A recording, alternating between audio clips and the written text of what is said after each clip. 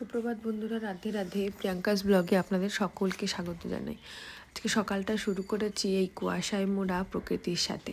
সকালে ঘুম থেকে উঠে একটু মনটা ইচ্ছে হলো একটু ছাদে যাই, তো ছাদে গেলাম। গিয়ে দেখছি, দেখুন কি সুন্দর প্রকৃতিটা, কি ভালো লাগছে। যদিও আমার এখানে প্রকৃতি বলতে এই এতটুকুই, বাদবাকি চারিদিকে শুধু বাড়ি আর বাড়ি, চারিদিকে ফ্ল্যাট আর ফ্ল্যাট, বাদবাকি আর প্রকৃতি আমরা দেখতেই পাই না।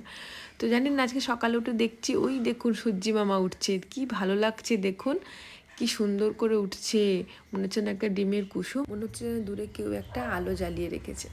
তো ফ্রেশ হব, বাড়িতে এসেই একটু গরম জল করে নিলাম, গরম জল উষ্ণ গরম জল খেয়ে ফ্রেশ হয়ে গপু কাজকে সেবা দিয়ে নিয়েছি।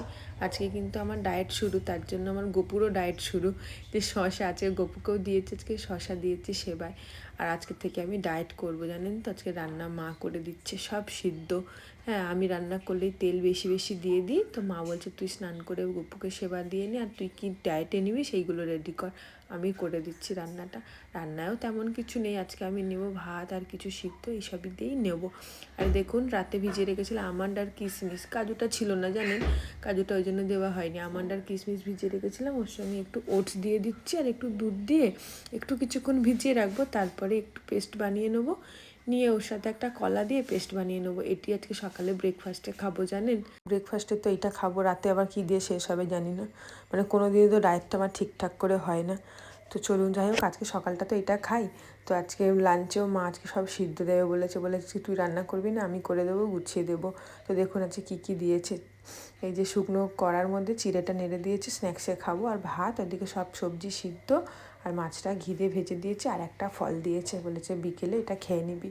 হ্যাঁ, এইভাবে ডায়েট হচ্ছে, সুন্দর ডায়েট। এই যে অনেক রকম সবজি, কুমড়ো, আলু, শিম, আর এটা ওইদিকে ভিজে গেছে। চলুন মিক্সিতে দিয়ে পেস্টটা বানিয়ে নিই।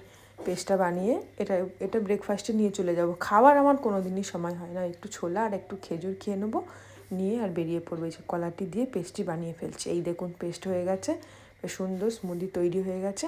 এটাই টিফিন বক্সে করে নিয়ে চলে যাব। আজকে আবার জানেন, মাদেরকে নিয়ে একটু চোখের ডক্টরের কাছে যাব। এই দেখুন এখানে চলে এসেছে, এটা কি জানেন, দিশা আই হসপিটাল। এখানেই মাকে নিয়ে এসেছি। মা কদিন ধরেই বলছে চোখটা খুব, মানে মাথাটা যন্ত্রণা করছে, চোখের সমস্যা হচ্ছে, দেখতে পাচ্ছি না। আমি তাহলে চলো তোমার চোখটা টেস্ট করিয়ে নিই, নিয়ে একটা চশমা দিলে ভালোই হবে। সাথে দিদাও যাবে, ওনার আবার চোখে ছানি পড়েছে, সেটাও অপারেশন করাতে হবে জানেন। এই দেখুন এদের এখানে ভীষণ ব্যবস্থা, এদের ব্যবহারটি ভীষণ ভালো জানেন। তো এখান থেকে মাকে চোখ দেখিয়ে নিয়ে মাদেরকে গাড়িতে তুলে দেবো, মায়েরা বাড়ি চলে যাবে, আর আমি এখান থেকে অফিসে চলে যাব। এই দেখুন আজকে এই যে অফিস থেকে বাড়ি ফেরার পথে, এই যে দেখুন আজকে এই গাড়িটি পেয়ে গেছি জানেন। গাড়িটি বেশ ভালো, খুব কম সময়ে কম টাকাই নেয়, আমাকে তাড়াতাড়ি বাড়িও পৌঁছে দেয়।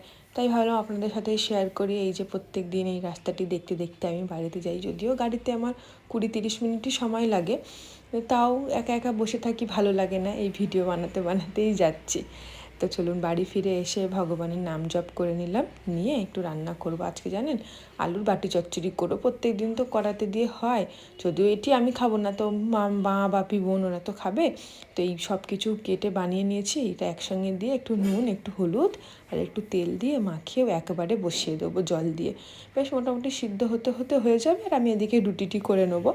এই যে আপনারাও বাটি চচ্চড়ি করেন কি জানাবেন। হ্যাঁ, আমি এইভাবেই বাটি চচ্চড়ি করি, মানে প্রত্যেকদিনই কড়া বসিয়ে রাতে না আর ভালো লাগে না অত কিছু করে রান্না করতে। ওই একবারে বসিয়ে দিলাম, চচ্চড়িটি হয়ে যাবে, আর আমি রুটি করে নেবো, ব্যাস। মাখিয়ে নিচ্ছি, আর জল দিলে একবারে বসিয়ে দেবো চাপা দিয়ে দিয়ে। দেখুন বেশ সুন্দর, কিন্তু দেখতেও ভালো লাগছে, খেতে কেমন হবে জানি না। এই একটু অল্প করে জল দিয়ে দিচ্ছি, একটু নুনটা কমই দিলাম, পরে আবার একটু নুন দিয়ে দেবো। শুধু বাটি চচ্চড়ি তো নুনটা বেশি দিলে আবার তিতো হয়ে যাবে, আর রুটির সাথে তো বেশি নুন লাগেও না, রুটির সাথে যে কোনো তরকারিতে একটু নুন কম দিলেই বেশি ভালো লেগে যায়। এই যে রুটি বানিয়ে নিচ্ছি সবার জন্য, আর চলুন দেখি চচ্চড়িটা কত দূর হয়েছে। এই দেখুন বেশ সুন্দর হয়েছে, কিন্তু একটু সিদ্ধটা কম হয়েছে।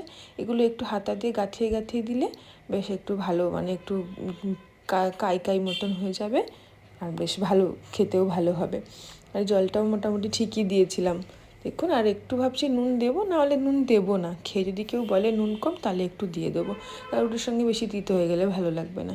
আর এই যেটা মাকে গুছিয়ে দিচ্ছি, আমি কিন্তু এটি খাবো না জানেন, রাতেও কিন্তু আজকে ঠিকঠাক ডায়েট করব। রাতে ডায়েট বলতে একটু দুধ গরম বসাবো, মাকে এটা খেতে দিয়ে দিই, দিয়ে একটু দুধ দিয়ে আর ওটস দিয়ে খেয়ে নেবো। এই যে দুধটি গরম হয়ে গেছে, দুধ, ওটস খাবো না, কর্নফ্লেক্স খাবো জানেন।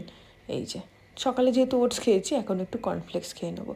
অনেকটা কম মনে হচ্ছে, আর একটু দিই দাঁড়ান, হ্যাঁ আর একটু দিই। তো চলুন আজকে ব্লগটি এই পর্যন্তই। আপনারা সবাই ভালো থাকবেন, সুস্থ থাকবেন, দেখা হবে পরের একটি ব্লগে।